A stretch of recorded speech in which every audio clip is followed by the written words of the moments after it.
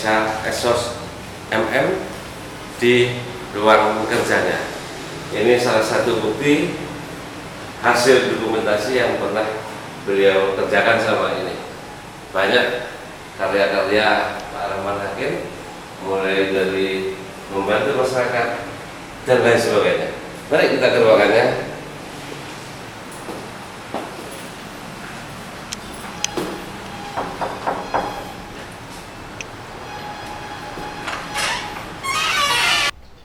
Selamat pagi Pak Rahman. Kelihatannya Pak Rahman begitu sibuk nih setiap harinya. Alhamdulillah saya bisa diterima pagi ini di senggang waktu yang kosong, dan saya ingin tahu lebih banyak terkait dengan LMKI. Apa sih LMKI itu?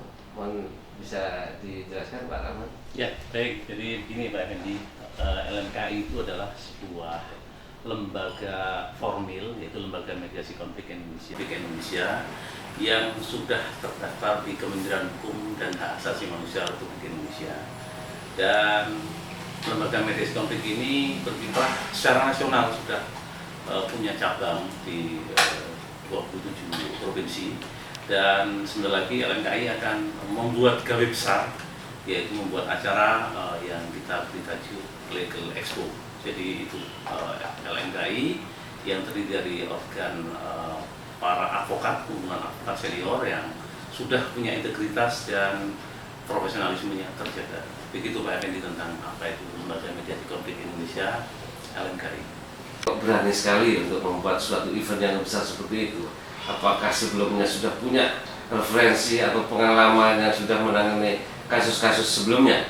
Kira-kira apa ini Pak Rahman ini? Ya. Jadi begini Pak Effendi, Lembaga Mediasi Konflik Indonesia itu berdiri 2 tahun yang lalu, didirikan oleh para profesor dan doktor yang ada di Surabaya, tokoh masyarakat, tokoh advokat. Nah, kami punya gawe besar ini karena melihat aspek hukum, kondisi hukum di Indonesia yang carut marut. Kami melihat bahwa dunia advokat ini begitu dalam kondisi tanda kutip, yaitu banyak sekali advokat, organisasi advokat yang berdiri, dan itu tentu ada persoalan-persoalan yang muncul di dalamnya. Karena ketika seorang advokat, maaf dalam tanda kutip seperti rekan kami Frederick yang saat ini ada persoalan hukum dengan KPK, ini kan ada persoalan besar yang harus kita tangani, masalah etik profesi advokat.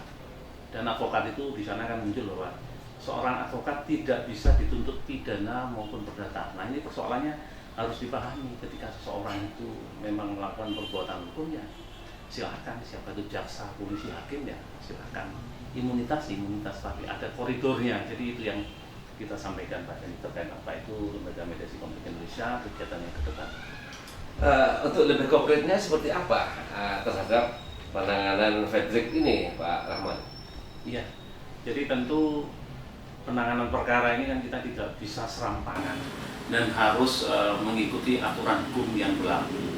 Norma ini kan sebuah, orang mengatakan konflik norma dan sebagainya. Tetapi kalau ini persoalan pidana, ya harus kita tegakkan meskipun lanjut akan untuk via justisia walaupun begitu. Mau tanya ini, capaian di tahun 2017 seperti apa LMKI itu khususnya, dan Pak Rahman secara pribadi sebagai advokat? Iya. Capaian ini kan menyangkut masalah target dan apa yang sudah kami lakukan. Jadi selama ini kami sudah melakukan kerjasama dengan lembaga internasional, di antaranya adalah dengan IBA International Bar Association, karena selama ini kita sadari bahwa perkara-perkara global itu begitu banyak, sehingga tidak hanya persoalan lokal, tapi kita juga sudah menjalin kerjasama dengan beberapa university dan tempat-tempat lain di Australia. Jadi itu yang kami sudah lakukan kemitraan itu. Rahman, saya dengar juga namanya Pak Rahman ini menangani juga perusahaan sebagai konsultan di beberapa perusahaan besar dan menengah. Bisa disebutkan perusahaan apa saja Pak Rahman? Baik, jadi begini, kebetulan kami dipercaya oleh perusahaan skala nasional, yaitu PT Merak Sefton. Itu perusahaan Redimik, jadi kami selaku konsultan dan kuasa hukumnya itu satu. Itu cabangnya secara nasional berdiri, kemudian ada. Nah, sebagai konsultan hukum di perusahaan, apa sih yang ditangani? Persoalan apa yang ditangani di perusahaan tersebut? Gitu loh. Jadi persoalan-persoalan hukum normatif yang di perusahaan itu biasanya masalah penipuan, penggelapan, kemudian persoalan pidana jabatan, dan persoalan-persoalan kontrak drafting, jadi kontrak-kontrak karya, kontrak-kontrak yang menyangkut tentang kerjasama, itu sering adanya pelanggaran-pelanggaran hukum dan adanya wan prestasi atau PMH, perbuatan melawan hukum. Jadi di perusahaan itu memang harus dibutuhkan dengan jeli, cermat, terukur. Itu ada konsep namanya analisa SWOT, bagaimana kelemahan, kelebihan, peluang dan ancaman termasuk dalam legal drafting itu kita kombinasikan seperti itu. Itulah barusan bincang-bincang santai bersama advokat Rahman Hakim. Banyak hal yang bisa kita petik hikmahnya. Beliau kiprahnya untuk membantu masyarakat kecil, membantu perusahaan-perusahaan sebagai konsultan hukumnya, dan mungkin sebentar lagi mau membuat event yang berskala nasional. Semoga Pak Rahman Hakim diberikan kesehatan dan bisa banyak membantu orang sehingga kiprahnya dapat bermanfaat bagi masyarakat khususnya di Indonesia.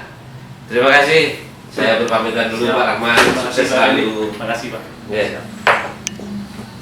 Kita juga akan menemui rekan kerja Pak Rahman Hakim yang juga ada di LMKI, yakni Pak Advokat Amatus SHMH.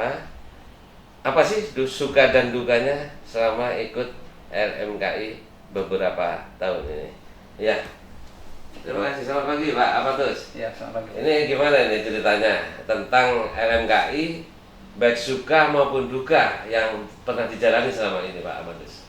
Ya, secara umum bahwa apapun profesi kita pasti mempunyai suka dan duka. Demikian juga ketika kami merintis atau bahkan menjalankan tugas ketika kami membentuk lembaga LMKI ini. Jadi memang menurut masyarakat umum bahwa profesi kami ini sebagai advokat mungkin cenderung untuk berpikir bahwa selalu memerlukan biaya yang besar. Yang kami alami dan yang kami lakukan selama ini karena kita berhadapan dengan berbagai macam kalangan. Dalam hal ini ada yang mampu, ada yang tidak mampu. Klien-klien yang kita tangani, mungkin kalau advokat lain cenderung menolak kalau klien yang datang di kantor itu orangnya tidak punya duit atau orang miskin ya. Tetapi kami di lembaga ini menerima semua pekerjaan. Jadi uang itu bukan nomor satu ya. Karena apa? Kami ini berangkat dari banyak fakta di mana hukum itu tidak selalu memihak kepada orang kecil. Oleh karena itu dalam melakukan tugas kami tidak menolak siapapun yang datang di kantor. Ya, sungguh mulia ya Pak Amatus ya. Ya. Mudah-mudahan kearifan Pak Amatus yang telah dijalani selama ini bisa mendapatkan ridho dari Yang Maha Kuasa dan bisa dapat banyak membantu masyarakat yang perlu bantuan. Dan mudah-mudahan juga mendapatkan klien yang bisa mendapatkan rezeki yang berlimpah sehingga bisa sharing antara yang kelas atas atau yang kelas bawah. Mudah-mudahan begitu Pak Amatus.